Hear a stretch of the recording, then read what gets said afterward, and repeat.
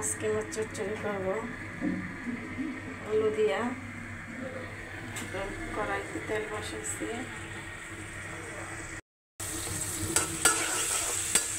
পেঁয়াজটা লাল হইলে পেঁয়াজ ভাজা শেষ, একটু আদা বাটা দিয়ে দিব,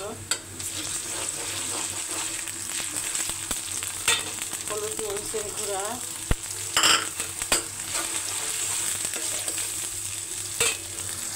এখন একটু পানি দিয়ে দেব,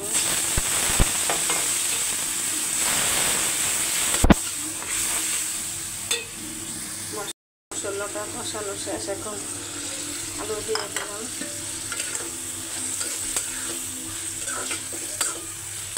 আলুটা সিদ্ধ হলে একটু পানি দিয়ে দেবো।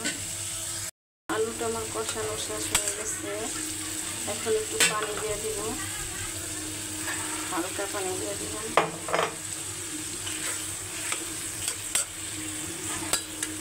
সিদ্ধ হয়ে গেলে কাজকি মাছটা, আলুটা বলতে হয়ে গেছে, এখন আমি মাছটা ছেড়ে দেব।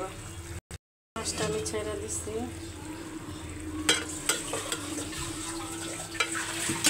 বলকে দিলে আবার কাঁচামরিচ দিয়ে দিব,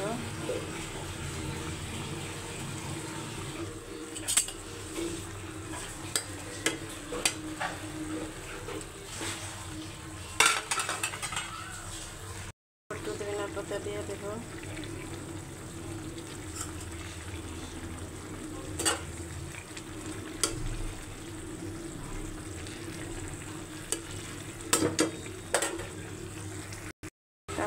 কাজকি মাছ ভুনা হয়ে গেছে। ভিডিওটা কেমন লাগছে কমেন্ট করে জানাবেন, লাইক কমেন্ট শেয়ার করবেন, আমার পাশে থাকবেন।